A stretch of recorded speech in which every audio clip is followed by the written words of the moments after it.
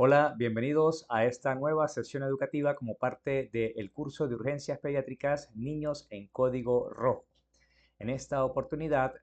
vamos a desarrollar el tema correspondiente a las fracturas en su abordaje inicial en cuanto a cuándo y cómo inmovilizar antes de la valoración por el ortopedista como parte de esas herramientas y esa atención primaria que se le debe brindar al tratamiento y manejo de las fracturas para poder realizar una inmovilización correcta de acuerdo a algunos principios específicos que hay que realizar y vamos a ver cómo los vamos desarrollando de acuerdo a cómo se describen en la literatura y cuáles son las herramientas necesarias que se les va a brindar a cada uno de ustedes,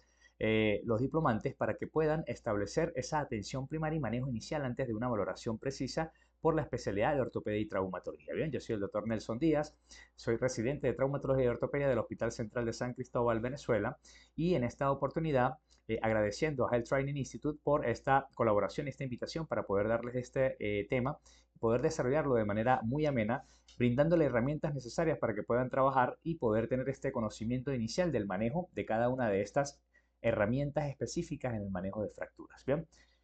fíjense que dentro de los objetivos específicos vamos a definir algunos términos que van a enseñarles a ustedes a definir no solamente las fracturas, sino también cómo inmovilizar adecuadamente cada una de ellas. Hay materiales a utilizar en cuanto al concepto de inmovilización, los principios de las inmovilizaciones, ya que como cualquier otra estrategia específica terapéutica tenemos que entender que esos principios deben aplicarse de acuerdo a cada uno de los elementos que como ley deben cumplirse al momento de realizar algún tipo de ortesis que va a inmovilizar algún tipo de lesión del aparato musculoesquelético. Inmovilizaciones del miembro superior e inmovilizaciones del miembro inferior que también van a servir mucho para desarrollar esta temática. Fíjense que al momento de poder desarrollar no solamente inmovilización, vamos a describir algunas generalidades y entre esas las definiciones específicas de qué es una fractura. Y la fractura se define como una solución de continuidad del tejido normal óseo o cartilaginoso en cualquier hueso del cuerpo y por supuesto asociada a una lesión de piel y partes blandas, que puede conllevar a unas complicaciones específicas si no se tratan adecuadamente a tiempo dentro de un proceso específico, ya sea de manejo conservador o de manejo quirúrgico por parte del ortopedista. Existen fuerzas aplicadas y deformidades que tenemos que entender también. Y normalmente la fuerza sobre un cuerpo sólido va a producir un esfuerzo o un estrés que tiende a deformar estas estructuras sobre las que actúa dicha fuerza, venciendo esa resistencia que normalmente ofrece el tejido óseo, haciendo que se fracturen.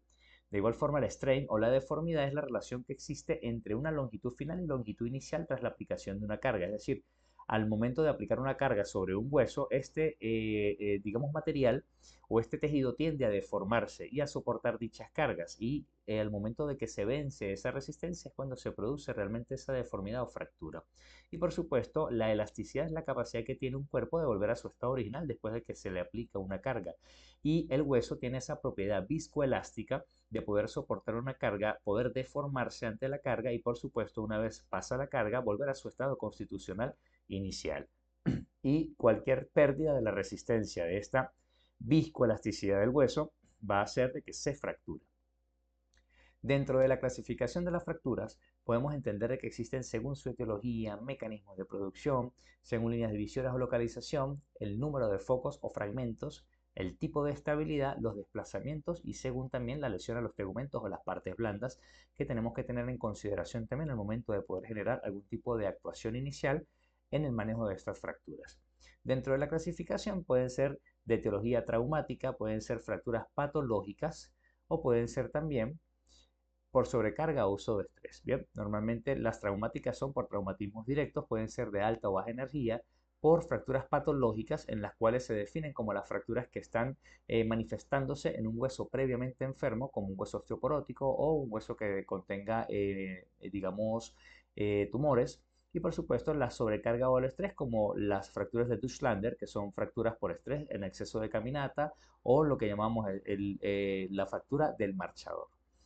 Fíjense que también tenemos mecanismos directos en la cual el traumatismo se da directamente sobre la estructura venciendo su viscoelasticidad y generando la fractura, o por mecanismos indirectos en las cuales por mecanismos de compresión, tensión, cizallamiento, torsión o flexión vamos a tener en cuenta de que estos mecanismos simplemente son solicitaciones a las cuales está siendo sometido un hueso para poder generar una fractura. Y es importante entender estos mecanismos, ya que así podemos hacer un constructo un poco más entendible de cómo se manifiesta esta fractura.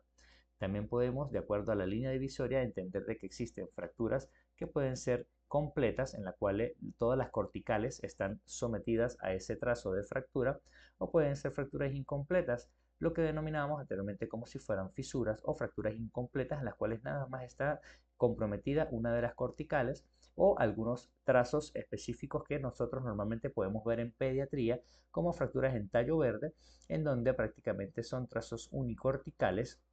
o las fracturas en torus o en anillo, en la cual existe una elevación del periósteo por un mecanismo de compresión de la estructura ósea que hace que se abombe el periósteo y da una imagen característica de anillo o de torus, ¿bien? Que son patrones radiológicos que podemos encontrar perfectamente en fracturas pediátricas.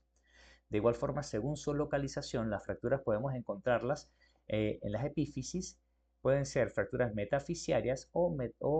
digamos, fracturas diafisiarias. Bien, de acuerdo al segmento de los huesos largos, podemos clasificarlas según localización y según su desplazamiento pueden ser fracturas que se encuentren desplazadas o no desplazadas. Las fracturas desplazadas normalmente se desplazan en angulación, en rotación, o también sufren cabalgamientos o acortamientos. Y las no desplazadas simplemente son trazos de fracturas que no deforman de una manera muy exacerbada y que un patrón radiológico no se expresa de esa manera como se puede ver en las fracturas desplazadas. De acuerdo al foco podemos encontrar también algunas fracturas que pueden ser de un solo foco, bifocales, trifocales o fracturas conminutas con varios fragmentos que pueden encontrarse de acuerdo al mecanismo o energía que está siendo solicitada directamente asociada a este tipo de fractura.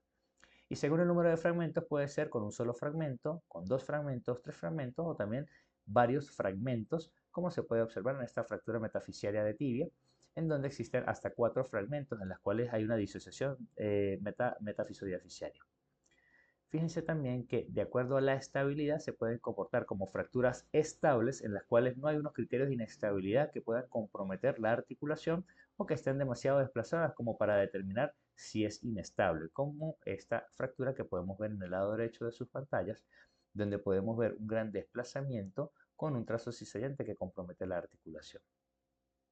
Y fíjense que normalmente hay una clasificación específica que según su desplazamiento en el eje longitudinal, normalmente puede determinarse si son fracturas que están alineadas o que están prácticamente reducidas, teniendo en cuenta que existe desplazamiento donde puede haber alargamiento o diastasis del segmento, puede haber un segmento acabalgado o impactación o telescopaje, que es cuando un fragmento proximal se introduce dentro de la cortical o dentro del canal endomedular, haciendo el efecto de un telescopio. De igual forma, fíjense cómo algunos patrones radiológicos pueden haber diastasis de los fragmentos óseos donde se separan, como en esta fractura de rótula,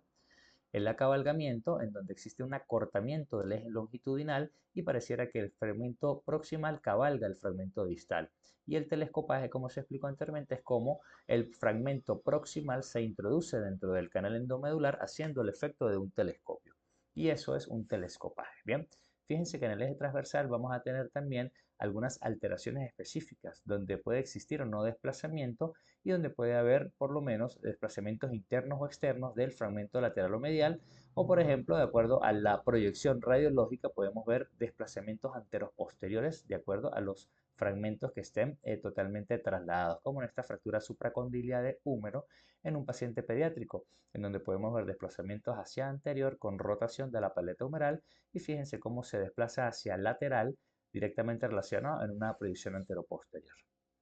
Y en el, digamos, eje angulatorio o en su defecto en el eje axial, pueden existir, digamos, alteraciones en varovalgo, donde pueden haber angulaciones específicas de acuerdo al eje diaficiario del hueso o al eje anatómico del hueso, donde pueden haber angulaciones en valgo, en varo, haciendo que se traslade directamente los fragmentos distales o proximales de acuerdo a cómo nosotros podemos interpretar ese estudio de imagen radiológico. Y fíjense también que pueden haber deformidades en antecurvatum o recurvatum, que puede estar directamente relacionado a deformidades óseas o en su defecto a consolidaciones viciosas o a deformidades plásticas del hueso.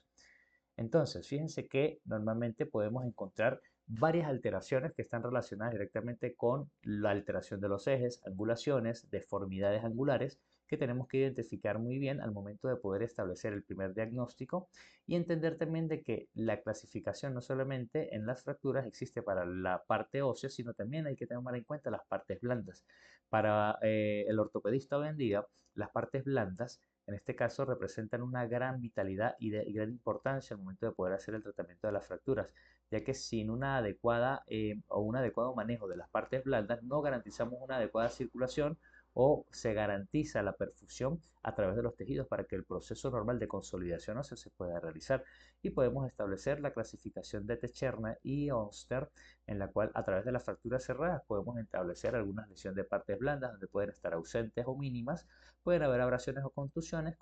musculares significativas o contusiones extensas con despegamientos cutáneos que pueden determinarse directamente asociados a mecanismos indirectos o directos o de baja y alta energía con desplazamientos moderados, mínimos o intensos y que puede haber o no combinación de acuerdo al tipo de energía a la cual esté sometido directamente la persona o en este caso el paciente. Y fíjense también que para fracturas abiertas tenemos la clasificación de Bustillo y Anderson, que para este tipo de fracturas podemos establecer directamente variables específicas como el tipo de energía, si existe un grado de contaminación, el tamaño de la herida y por supuesto también los mecanismos del trauma, los tipos de fractura y el compromiso a las partes blandas que va a garantizar que podamos realizar una adecuada clasificación en Bustillo Anderson tipo 1, 2 o 3 y que la clasificación puede variar de acuerdo a al gran compromiso de partes blandas a las cuales está sometido este tipo de fracturas.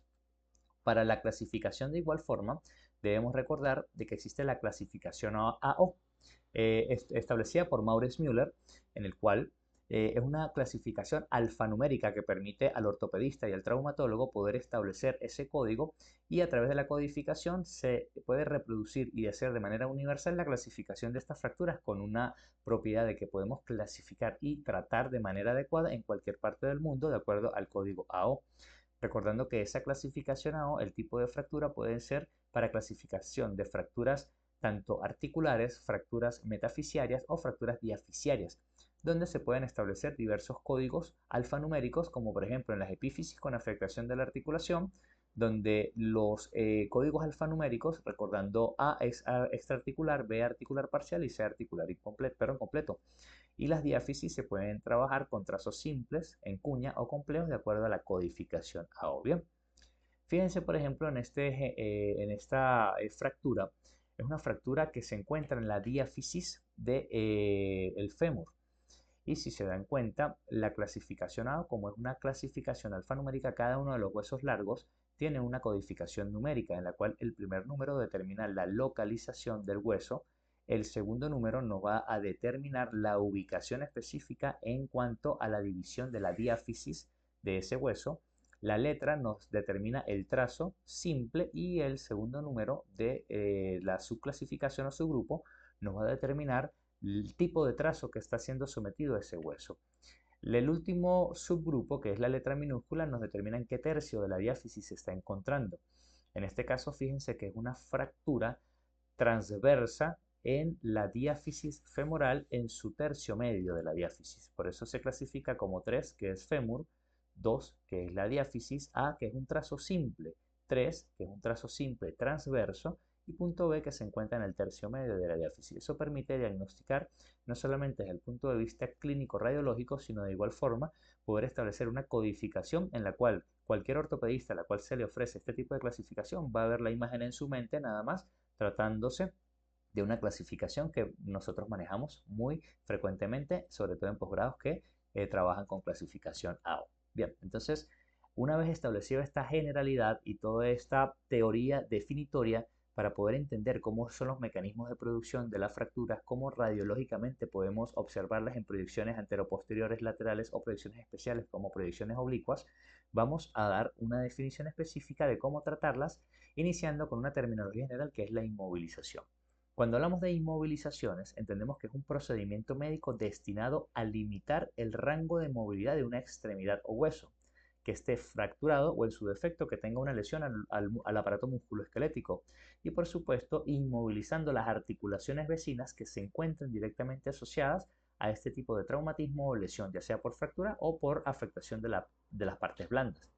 Fíjense que desde el punto de vista de los objetivos de una inmovilización, En primer lugar, lo más importante para el ortopedista o para ustedes en este caso, que están trabajando el manejo inicial de un tipo de lesión, ya sea el aparato musculoesquelético por fractura o lesión de partes blandas, es el manejo del dolor. Y el principal objetivo de la inmovilización es manejar el dolor, por supuesto. ¿Para qué? Para que el movimiento que exacerba dicho dolor no se manifieste tratando de controlar dicho dolor nada más colocando una ortesis o un tipo de inmovilizador que, de acuerdo al tipo de fractura o tipo de lesión, existen algunos parámetros y leyes que debemos seguir, ¿bien? Y por supuesto también vigilar las partes blandas para manejar la inflamación, el proceso inflamatorio y tener cuidado de no hacer inmovilizaciones que puedan conllevar algún tipo de complicación como la generación de alguna lesión de partes blandas o la no protección de las superficies o relieves óseos en cuanto a las inmovilizaciones que puede conllevar una lesión de la piel, formación de frictenas o en su defecto cualquier otro tipo de lesión que se manifieste a nivel de la piel.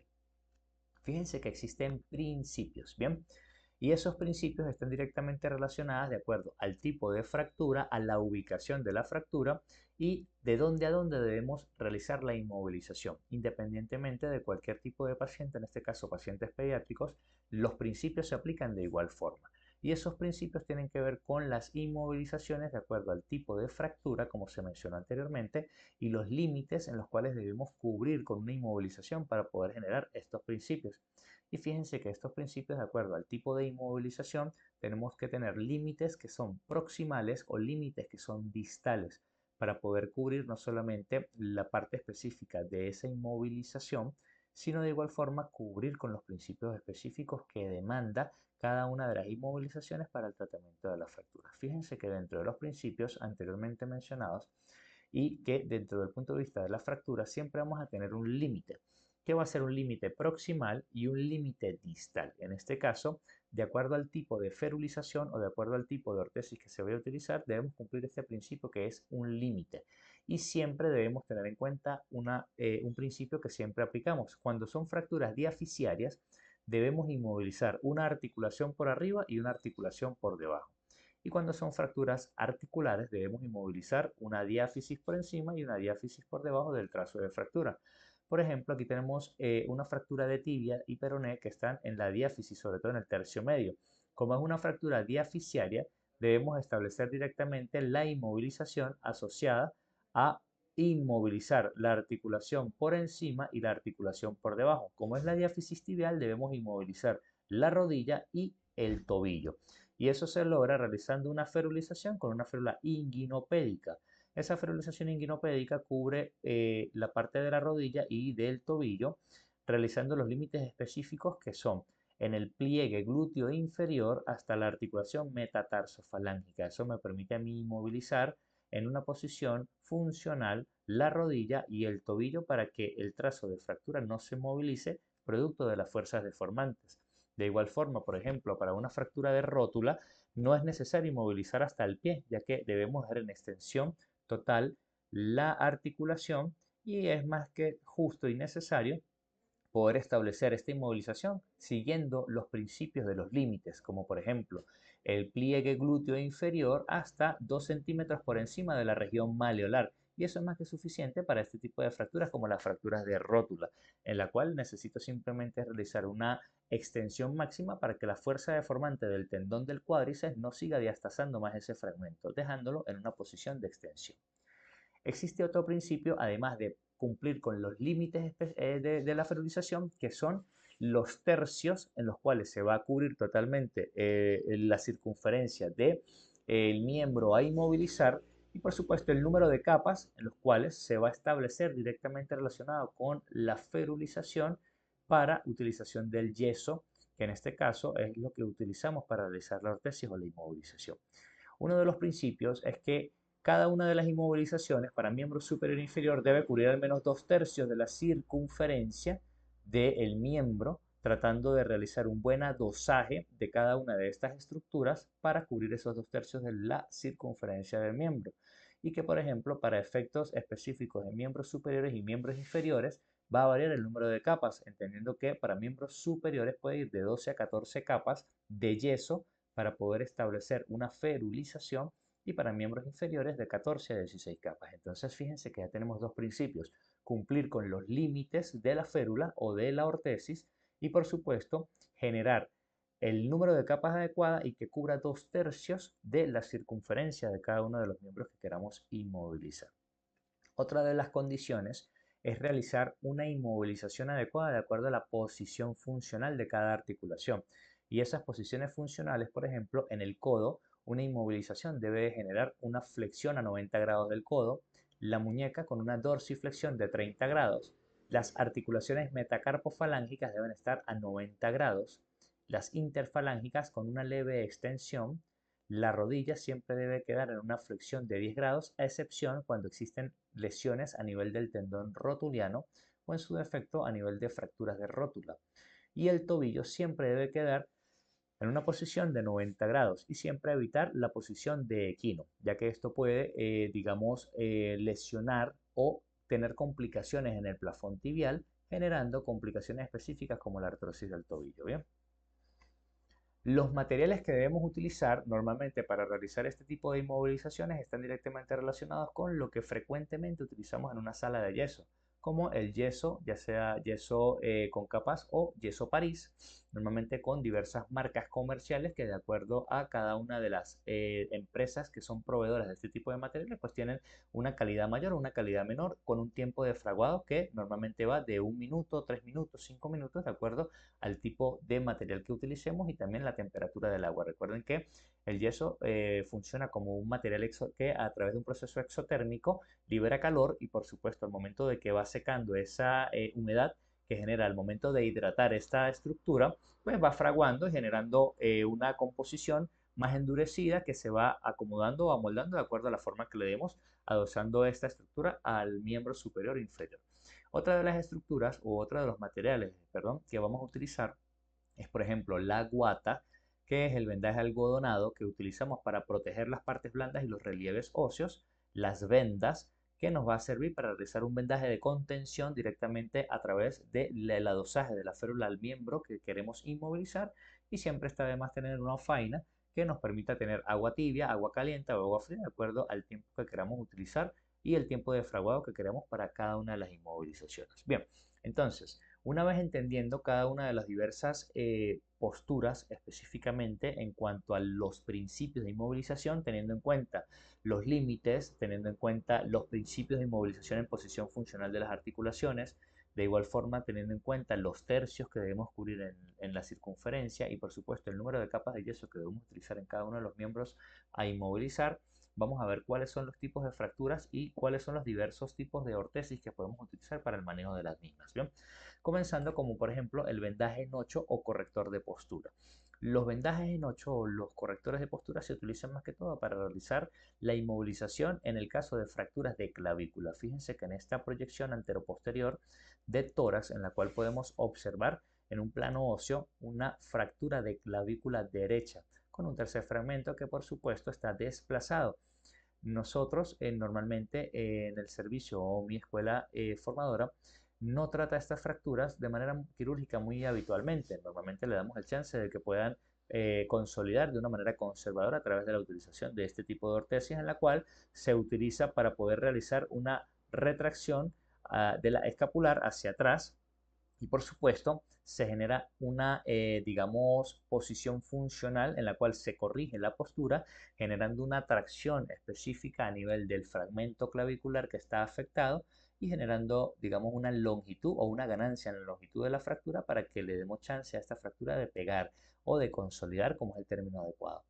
Fíjense también que dentro del punto de vista de algunas ortesis que podemos utilizar para este mismo tipo de fracturas está el inmovilizador universal de hombro. Sobre todo se utiliza mucho para los niños o los pacientes pediátricos que llegan con fractura de clavícula. Es muy frecuente ver a los niños que se fracturan la clavícula y sobre todo en fracturas que son de baja energía, fracturas por accidentes deportivos o accidentes de tránsito que también son muy comunes. De igual forma, también a pacientes pediátricos, en este caso por fracturas obstétricas que puedan estar relacionadas al mecanismo del trabajo de parto.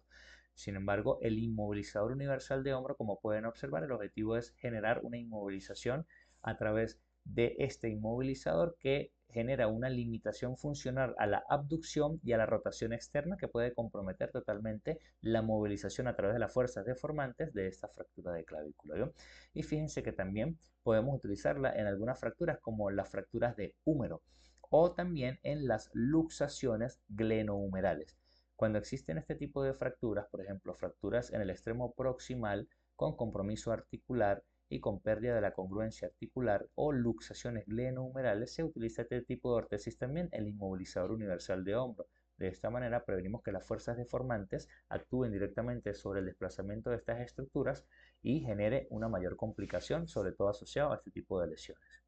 De igual forma, tenemos el vendaje de Belpo.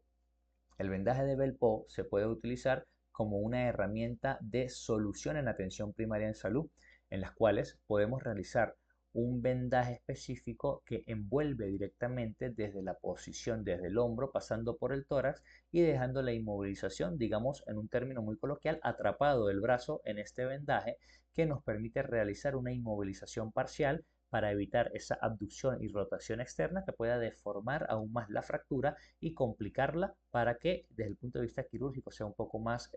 laborioso su corrección. De igual forma, existe también un cabestrillo con un, digamos, cinturón que previene la aducción y que podemos realizar con material que pueda ser artesanal o en su defecto con simplemente vendajes que permitan limitar esos movimientos que anteriormente fueron mencionados. Otro tipo de férula que se puede utilizar para las fracturas diaficiarias de húmero, sobre todo fracturas que están con trazos simples, es la llamada charpa de yeso o férula tipo charpa, en las cuales vamos a utilizar como si fuera una pinza de azúcar, teniendo como límites desde el hueco axilar o la fosa axilar, se va desde el borde medial, pasa por detrás del codo y después bordea la parte lateral del brazo y asciende por el hombro superando la articulación acromioclavicular. Esta es una ferulización que permite realizar un sellado o un cierre directo sobre el compartimiento del brazo, haciendo de que se mantenga con una estabilidad relativa a esa fractura y brindando una inmovilización parcial para que el paciente no solamente pueda manejar el dolor, sino también generar una reducción específica.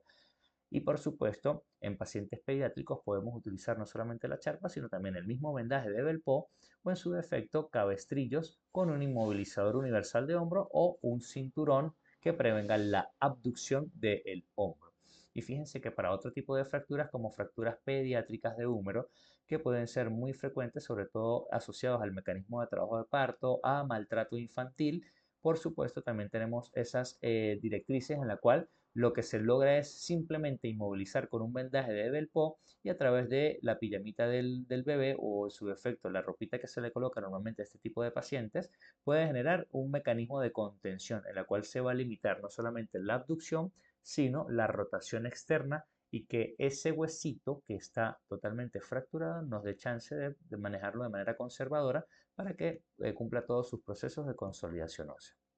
Fíjense aquí otros ejemplos en proyecciones tanto antero-posterior como lateral de húmero, en la cual se puede evidenciar una solución de continuidad ósea a nivel de la diáfisis humeral con un trazo simple que se puede tratar perfectamente con una inmovilización tipo charpa de yeso. Y fíjense que posterior a la manipulación se puede lograr una reducción bastante aceptable con contacto de las superficies corticales, por supuesto sin corregir algunas deformidades angulares como las deformidades en varo o los antecurvatum, que por supuesto deben ser corregidas de manera quirúrgica. Sin embargo, el manejo inicial, como se estableció anteriormente, es para el manejo del dolor y para que esa fractura no se complique aún más, inclusive llegando a convertirse en una fractura abierta. Por eso se realiza la reducción y se utiliza la férula charpa de yeso para fracturas de húmero diaficiarias. Otro tipo de férula que podemos utilizar dentro del marco de atención del manejo inicial de fracturas o de lesiones del aparato musculoesquelético, sobre todo asociado a miembros superiores, es la férula brachiopalmar. La férula brachiopalmar es una férula que tiene unos límites específicos que van desde la V deltoidea, pasando por el codo y llega hasta la articulación metacarpofalángica. Bien, esos son los límites tanto proximales como distales de la férula brachiopalmar y normalmente está indicada para fracturas, por ejemplo, del codo, sobre todo fracturas supracondilias de húmero en niños, que son muy frecuentes, sobre todo fracturas de las vacaciones, como le decimos nosotros acá, y por supuesto también indicada para fracturas diaficiarias de radio y cúbito o fracturas de antebrazo. Este tipo de inmovilizaciones, sobre todo para pacientes pediátricos, podemos utilizar para un manejo inicial un cabestrillo que puede ser de improvisación, sobre todo para mantener una angulación de 50-80 grados específicamente en el codo y que no permita la abducción o la rotación interna, mantener una rotación interna para que esa fractura pues no se desplace más allá de lo que ya está desplazada. Y se puede utilizar un cabestrillo con fijación del cuello y por supuesto con un soporte de muñeca. Y pues por supuesto también tenemos la férula brachiopalmar, en la cual se debe colocar en su posición funcional y si son fracturas supracondilias, dejarlos en leve extensión por el compromiso de las partes blandas, sobre todo en pacientes pediátricos que tienen fracturas de codo o fracturas de supracondilias que pueden estar directamente relacionadas a un gran compromiso de partes blandas. De igual forma, si son fracturas de antebrazo, tienen una posición funcional en la cual nosotros debemos también comprender cómo manejar este tipo de fracturas y desde el manejo inicial, por ejemplo, si son pacientes pediátricos o niños en edad escolar, que son muy frecuentes las fracturas distales de radio, sobre todo fracturas metafisiarias, también tenemos que entender de que debe ir inmovilizadas en una posición funcional. Bien. La férula de coaptación o pinza de azúcar es otro tipo de férula que podemos colocar directamente en fracturas de radio y cúbito, sobre todo fracturas distales o fracturas diaficiarias. Este tipo de férula va a ir desde la articulación metacarpo-falángica, dirigida desde el borde anterior del antebrazo, pasando por detrás del codo y ubicándose después en la parte posterior del antebrazo, de nuevo hacia la articulación metacarpo-falángica, simulando una pinza de azúcar o pinza de confitero. Bien, esto brinda una estabilidad parcial a la articulación, pero hay una limitante que es que no va a restringir los movimientos de flexo-extensión del codo, lo que obliga a explicar muy bien a pacientes, sobre todo pacientes que ya entienden instrucciones, niños en edad escolar que siguen y pues son bien portados, se les puede hacer este tipo de inmovilización. Si no, pues siempre se recomienda es el manejo con férula brachiopalmar. Bien, hay una disposición muy específica que también tenemos que entender, de que las férulas brachiopalmares, en este caso, por ejemplo, cuando queramos colocar una férula brachiopalmar, bien, tenemos que entender de que las fracturas que están expresadas en la parte distal del antebrazo, en este caso, por ejemplo, fracturas de muñeca o fracturas de distales de radio, deben ser inmovilizadas en posición de prono, es decir, con la mano mirando hacia abajo, ya que esta disposición va a hacer que se venzan las fuerzas deformantes que puedan deformar más allá la fractura, como por ejemplo el músculo brachiostilo-radial o en su defecto el pronador cuadrado, que son músculos que están involucrados directamente en las fuerzas deformantes del antebrazo. De igual forma, si son fracturas netamente diaficiarias en el centro del radiocúbito, se debe inmovilizar en neutro, ya que esta posición pues genera una posición funcional donde la membrana interósea va a funcionar como un mecanismo estabilizador parcial y no va a deformar tanto la fractura en dado caso que sean fracturas diaficiarias. Y para fracturas proximales, sobre todo fracturas proximales de radiocúbito, que comprometan, por ejemplo, el olecranon o que, por ejemplo, comprometan la cúpula radial, o fracturas supracondilias como las que vimos anteriormente, ¿bien? Fracturas supracondilias de húmero van a inmovilizarse en supino. ¿Para qué? Para que las fuerzas deformantes del extremo proximal del radiocúbito, como por ejemplo podemos entender el supinador corto, que es uno de los músculos que está directamente relacionados, o también el pronador redondo, que también hace una deformidad específica, sobre todo en la diáfisis radial. ¿Bien? Entonces es importante entender de que fracturas distales van en prono, fracturas diaficiarias en neutro y fracturas proximales van en supino.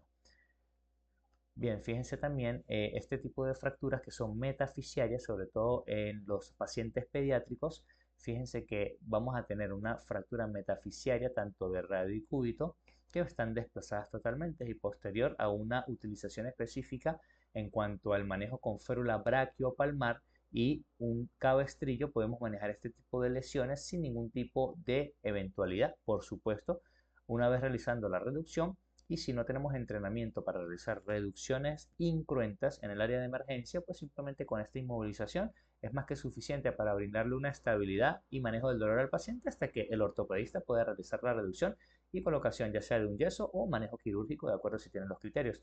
Hay que tener en cuenta otra cosa, de que muchas veces las ferulizaciones también, de acuerdo al tipo de vendaje que utilicemos, normalmente los más utilizados son los vendajes de contención. Y esos vendajes de contención son necesarios saber utilizarlos de acuerdo al número específico de digamos, paso de venda que utilicemos, la tensión que le demos a la venda y normalmente de acuerdo a los límites que estemos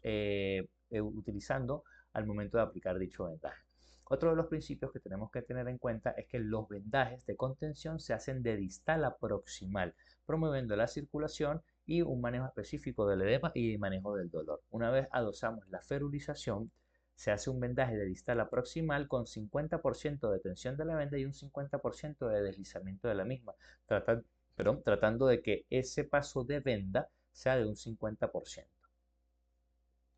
Para las fracturas de, por ejemplo, los metacarpos y para las fracturas de las falanges, tenemos otro tipo de inmovilización, como por ejemplo las férulas antebraquiodigitales o antebraquiopalmares en intrínseco plus, utilizadas normalmente para este tipo de fracturas, como por ejemplo fracturas de los metacarpianos o fracturas de las falanges. Fíjense que la férula tiene unos límites proximales y distales, en los cuales se van a establecer desde el pliegue del codo 2 centímetros o 2 traves de dedo por debajo del pliegue del codo y se va a ir hasta la articulación metacarpofalángica o hasta la punta de los dedos de acuerdo al tipo de inmovilización que nosotros queremos colocar. En este caso, podemos colocar ferulizaciones posteriores para que la posición funcional de la mano, que es en flexión, se mantenga, pero también hay quienes les gusta colocarla en la parte anterior para que haga un soporte específico del paciente y se sienta mucho más cómodo.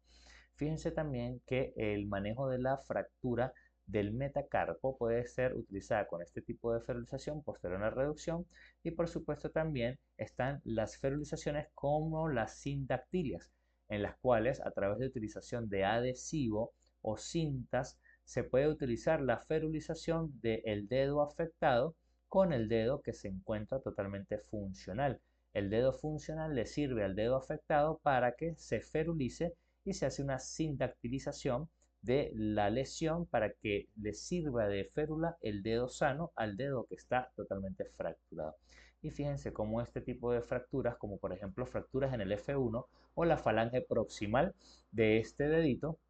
que está fracturado totalmente, hay un desplazamiento mínimo que se puede trabajar directamente también asociado con este tipo de inmovilización, como las sindactilias. Bueno, ya vemos las del miembro superior, ahora vamos a ver cuáles son las inmovilizaciones que podemos encontrar en el miembro inferior.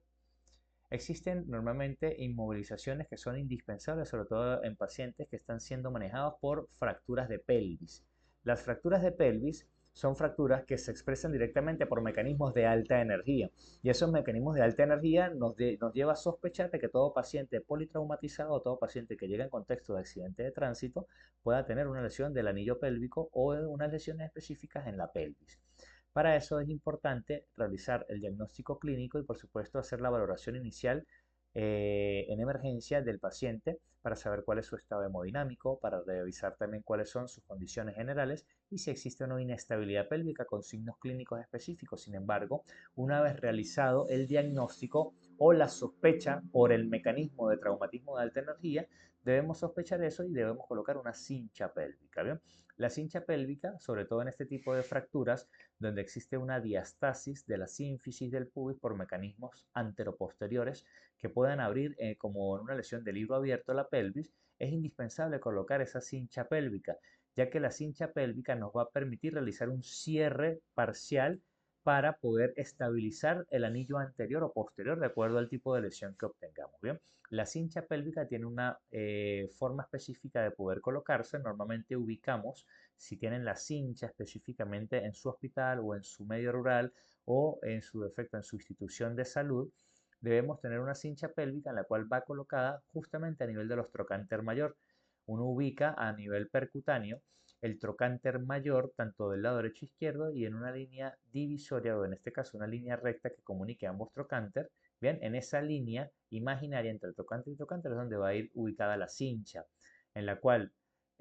prácticamente al momento de realizar el cierre de la cincha se deja apretada totalmente y por supuesto se deja los pies juntos para que esa cincha pueda funcionar adecuadamente. Si no tenemos la cincha pélvica en nuestra institución, podemos hacerlo con material artesanal, ya sea con vendajes, con sábanas, con cobijas, con cualquier otro material rudimentario o artesanal que podamos encontrar, sobre todo en el medio rural, cuando tengamos que utilizarlo específicamente o tengamos que improvisar al momento de manejar la estabilización de ese anillo pélvico que está comprometido, ¿no? Y fíjense cómo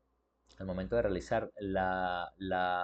cincha o el manejo inicial, o también para pacientes pediátricos con sospecha de fracturas de pelvis. Normalmente, pues, fíjense cómo tenemos una alteración en la rama iliopúbica, en la rama isquiopúbica, que está directamente relacionada a una fractura de los agujeros obturadores. Y fíjense cómo este tipo de fracturas también puede comprometer directamente el anillo pélvico o en su defecto también hacer una inestabilidad de acuerdo al tipo de lesión y mecanismo de alta energía que esté relacionado con las fracturas de pelvis, obligándonos nuevamente a colocar cinchas pélvicas. Otro tipo de inmovilización que podemos encontrar, por ejemplo, son los entablillados o férulas lumbopédicas o sirenización, en la cual a través de utilización de vendajes específicos que nos permitan adosar una estructura rígida y lineal para inmovilizar fracturas del miembro inferior, sobre todo fracturas de fémur, fracturas de tibia, fracturas de peroné, de huesos largos del miembro inferior, en la cual el entablillado va a permitir de que podamos adosar directamente en un continente la pierna o el miembro inferior y generar unos vendajes de contención que permita contener ese entablillado y nos permite ferulizar y mantener de forma rígida la extremidad donde no haya movilización del foco de fractura y manejo del dolor. De igual forma, podemos colocar algo que se llama sirenización o sirenalización. Es simplemente, como dice la palabra, formar como una sirena en el paciente, en la cual a través de colocar algunos elementos que permitan amortiguar las relieves óseos, como ya sean pañitos, toallas, almohadas, entre los miembros inferiores, se utiliza el miembro sano para poder ferulizar al miembro que esté afecto. Y en este sentido, se realiza una ferulización con el miembro contralateral haciendo una sirenización, ¿no? Sobre todo para fracturas proximales de fémur, fracturas subtrocantéricas o fracturas diaficiarias de fémur, que nos permitan a nosotros establecer rápidamente una inmovilización precoz, manejo del dolor y su traslado seguro a un centro hospitalario de mayor nivel donde se le pueda ofrecer una atención hospitalaria completa con un diagnóstico adecuado y por supuesto con el tratamiento quirúrgico de tener los criterios específicos. ¿Bien? De igual forma, la férula inguinopédica es una férula que va desde el pliegue glúteo inferior hasta la articulación metatarsofalángica. Esta es una férula que nos permite inmovilizar la rodilla y el tobillo, cumpliendo los principios de inmovilización de una articulación por arriba o por debajo cuando son fracturas diaficiarias, sobre todo en fracturas diaficiarias de tibia, en fracturas, por ejemplo, distales de fémur y fracturas proximales de la tibia, en donde podemos comprometer los platillos tibiales. ¿Bien? Este tipo de ferilización es muy importante saber manejar los límites y, por supuesto, los adosajes específicos para poder manejar en atención primaria este tipo de fracturas. Fracturas diaficiarias de fémur se trabajan también con férulas lumbopédicas que van desde la región lumbar hasta la articulación metatarsofalángica. Y en el caso de los bebés, por ejemplo, pacientes que son lactantes mayores o en su defecto preescolares, que es muy frecuente ver fracturas de fémur en estos niños, sobre todo por mecanismos de baja energía, por descuido del representante o por maltrato infantil, siempre van a haber fracturas de fémur.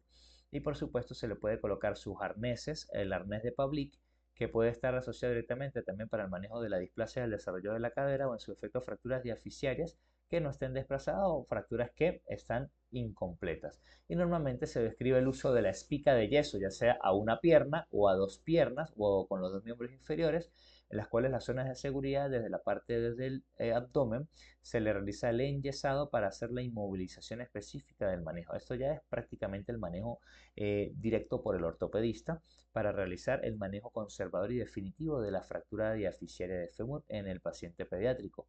Y existe también este tipo de inmovilizaciones, sobre todo las inguinopédicas para el manejo específico de las fracturas de tibia, sobre todo fracturas diaficiarias que requieren una inmovilización rápida. Bien, donde se puede colocar una férula inguinopédica sin ningún tipo de problema para el manejo inicial de esta fractura y poder ser trasladado para valoración definitiva por el ortopedista y su posterior corrección quirúrgica de ser necesaria. Esta férula inguinopédica también puede ser una variante como la férula inguinomaleolar. La férula inguinomaleolar tiene el mismo límite proximal que es en el pliegue glúteo inferior y se va a realizar la ferulización hasta la articulación del tobillo por encima de los maleolos, por lo menos 2 traveses por encima del maleolo medial o lateral, y esto se genera para fracturas de rótula. Esta inmovilización es más que necesaria para el manejo inicial de estas fracturas de rótula, en la cual existe una diastasis de los fragmentos óseos en los cuales están fracturadas tanto el polo superior y el polo inferior de la rótula, obligando a generar una inmovilización en extensión máxima para que la fuerza deformante del tendón rotuliano y del tendón del cuádriceps no sigan diastasando aún más este tipo de fractura. Y fíjense ya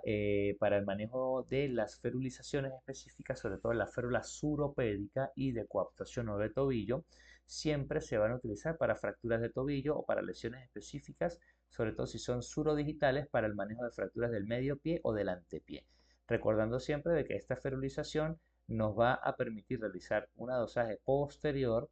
y desde la región poplitea, 2 traveses desde el pliegue popliteo, en su defecto un través o 2 traveses por debajo del cuello del peroné, vamos a realizar el límite proximal y se dirige posterior hacia la articulación metatarsofalángica en una posición funcional de la articulación del tobillo a 90 grados. Y fíjense dónde podemos utilizarlas en fracturas de tobillo, luxo, fracturas de tobillo, fracturas de peroné, fracturas de tibia distales, en las cuales está comprometida la articulación y por supuesto está comprometido la estabilidad del tobillo en su afectación de la sindesmosis. Normalmente se utiliza este tipo de ferulización para poder realizar la inmovilización parcial con una estabilidad relativa de la articulación del tobillo y por supuesto la férula de coaptación. Bien, entonces fíjense ya para finalizar y para llevar a casa, entendemos de que existen varias inmovilizaciones que tenemos que manejar al momento de realizar ese abordaje inicial en cualquier tipo de fractura, sobre todo en el paciente pediátrico. Es primordial conocer y manejar los principios básicos de la inmovilización, en los cuales recordamos siempre saber cuáles son los límites de la férula, cuántas capas de yeso voy a utilizar, saber que se debe inmovilizar una articulación por arriba y una articulación por debajo, de acuerdo al tipo de fractura, saber que se deben cumplir los 2 tercios de la circunferencia y realizar un vendaje funcional de contención desde distal hacia proximal, con un 50% de tensión y un 50% de deslizo del vendaje con un 50% de paso de venda. ¿Bien? Yo sé que es difícil recordar, pero sin embargo esos son los principios que debemos cumplir para una adecuada inmovilización. Otra de las cosas que tenemos que recordar en esos principios es, en lo básico, que existen varias fases de la inmovilización. Nosotros debemos inmovilizar al paciente midiendo la férula en el miembro que no esté afecto para no generar mayor dolor. De igual forma, realizar el enguatado o el algodonado de las superficies o relieves óseos, mojar las capas de yeso y moldear directamente sobre la extremidad protegiendo los relieves óseos y realizando el vendaje de contención, como se explicó anteriormente. La inmovilización con cualquier material que cuente con, digamos, en su ambulatorio, en su hospital de primer nivel, segundo nivel o cualquier tipo de hospital, siempre y cuando cumpla con los límites y principios de cada inmovilización, se puede utilizar. Muchas veces en el área rural, sobre todo en nuestro entorno, el médico está obligado a poder resolver, aun cuando no tenga los insumos adecuados, lo que obliga a generar entablillados con madera, con algún tipo de vendaje específico o utilización de cartones, muchas cosas que de manera artesanal pueden permitir realizar la inmovilización. Sin embargo, mientras se cumplan los principios de los límites y los principios específicos, se puede utilizar cualquier tipo de material para solventar la emergencia. Lo ideal siempre es tener adecuadamente los materiales y digamos indicados para realizar la inmovilización. Siempre se debe acolchar bien las prominencias óseas para evitar el roce del yeso sobre las estructuras irrelieves. Recuerden que el yeso fragua y se vuelve endurecido, lo cual hace de que esa contención al momento de generar, normalmente el paciente tiene a generar movimientos isométricos en los compartimientos, haciendo de que las articulaciones pues se muevan parcialmente haciendo un roce directamente. Si no cubrimos esos relieves óseos directamente con material algodonado, pues puede sufrir lesiones o abrasiones. ¿Bien? Siempre se debe vendar de distal a proximal sin dejar espacio sin vendar para que haga un adecuado vendaje de contención y por supuesto el manejo del dolor con farmacología para que ese manejo inicial se dé de manera adecuada siempre y cuando podamos cumplir con los principios de la fertilización para manejo del dolor asociando fármacos tipo AINES para el manejo antiinflamatorio y manejo del dolor. ¿Bien? Entonces pues hasta acá nuestra clase de inmovilizaciones específicas en cuanto al curso de urgencias en pediatría, código rojo del manejo del paciente pediátrico del área de inmovilización. Bien, quiero agradecer al Health Training Institute por esta invitación. en cuanto a su formación permanente como parte del diplomado y por supuesto agradeciendo a cada uno de ustedes por haber asistido a esta clase asincrónica en el cual estoy seguro se le brindan las herramientas necesarias de manera general para la atención primaria del paciente en el manejo de este tipo de lesiones del aparato musculoesquelético y para el manejo inicial de las fracturas. A cada uno de ustedes les agradezco muchísimo por la atención prestada y nos vemos en otra oportunidad. Hasta luego.